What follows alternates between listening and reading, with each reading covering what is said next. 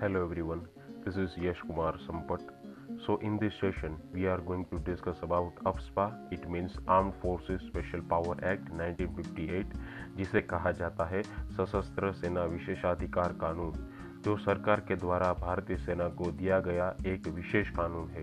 हाल ही में आसाम में इस कानून को 6 महीने और बढ़ा दिया गया है। But why extension occur in the Assam region? This topic is important for examination like AFCAT, CDS, CAPF and NDA exam also. So let's start.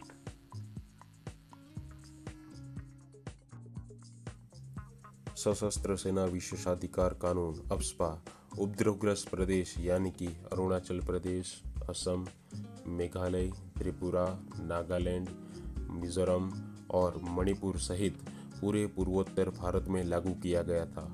पूर्वोत्तर राज्यों में हिंसा रोकने के लिए इसे लागू किया गया था। अफ्स्पा कानून मिनिस्ट्री ऑफ होम अफेयर्स यानी कि गृह मंत्रालय के अंतर्गत आता है।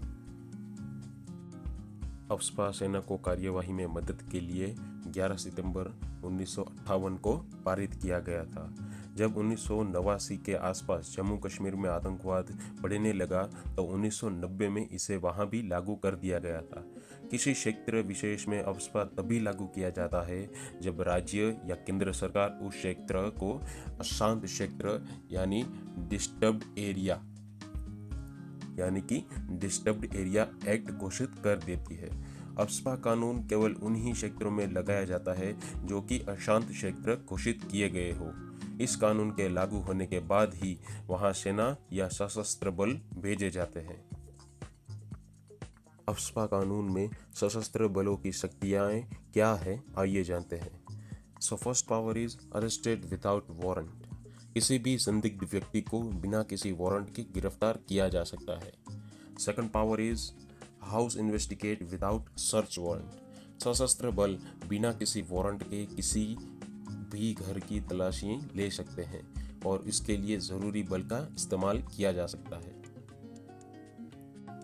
इस कानून के तहत सेना के जवानों को कानून तोड़ने वाले व्यक्ति पर गोली चलाने का भी अधिकार है, यानी कि shoot at sight who crack AFSPA act. यदि इस दौरान उस व्यक्ति की मौत भी हो जाती है तो उसकी जवाबदेही गोली चलाने या ऐसा आदेश देने वाले व्यक्ति या अधिकारी पर नहीं होगी। यदि सशस्त्र बलों को अंदेशा है कि विद्रोही या उपद्रवी किसी घर या अन्य बिल्डिंग में छुपे हुए हैं जहां से हथियारबंद हमले का अंदेशा है, तो उस आश्रय स्थल या ढांचे को तबाह किया जा सकता है, यानी कि destroy location, building, apartment etcetera if any terror activities is there.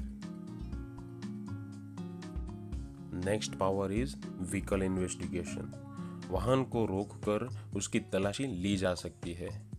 सशस्त्र बलों को गलत कार्यवाही करने की दशा में भी उनके ऊपर कानूनी कार्यवाही नहीं की जाती है, यानी कि sixth power is if any wrong investigation occur nothing will happen with the officers.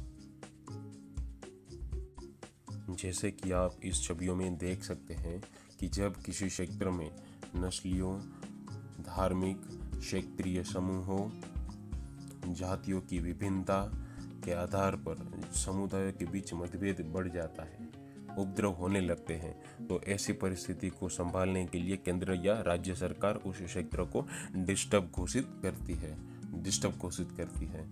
अधिनियम धारा 3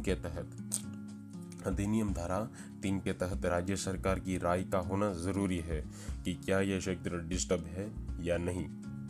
एक बार डिस्टर्ब क्षेत्र घोषित होने के बाद कम से कम 3 महीने तक वहां पर स्पेशल फोर्स की तैनाती रहती है। तो आप सब लोग अच्छी तरह से समझ ही गए होंगे कि अफ्स्पा क्या है। तो ये है नॉर्थ ईस्ट ऑफ इंडिया।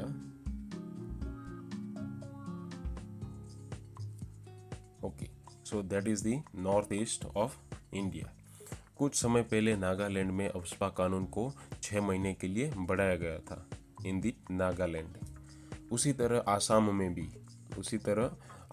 में भी अफ्स्पा को 6 महीनों के लिए बढ़ा दिया गया है।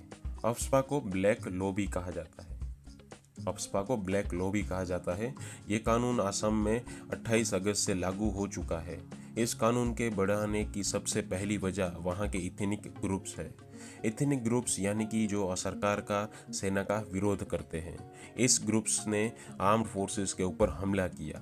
दूसरी वजह यह थी कि उस इलाके में गैरकानूनी तरीके से गोला बारूद की सप्लाई करी जाती थी, जिसके चलते इस कानून को 6 महीनों के लिए और बढ़ा दिया गया है। हाल ही में यह कानून 4 जगहों पे कार्यरत है: Arunachal Pradesh, Assam, Nagaland and Manipur.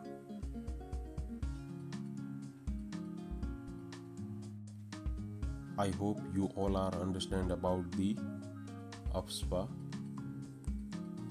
It means Armed Forces Special Power Act 1958 and ये AFSPA किसके लिए लगाया जाता है, क्यों लगाया जाता है, कौन से रीजन में इसको लागू किया जाता है, ये किस मिनिस्ट्री के अंडर में आता है, ये असम में उसका एक्सटेंशन क्यों हुआ, ये सारी चीज़ें आप लोगों को अच्छी तरह से अभी मालूम हो चुकी होगी। Thank you, like share and subscribe. Once again thank you.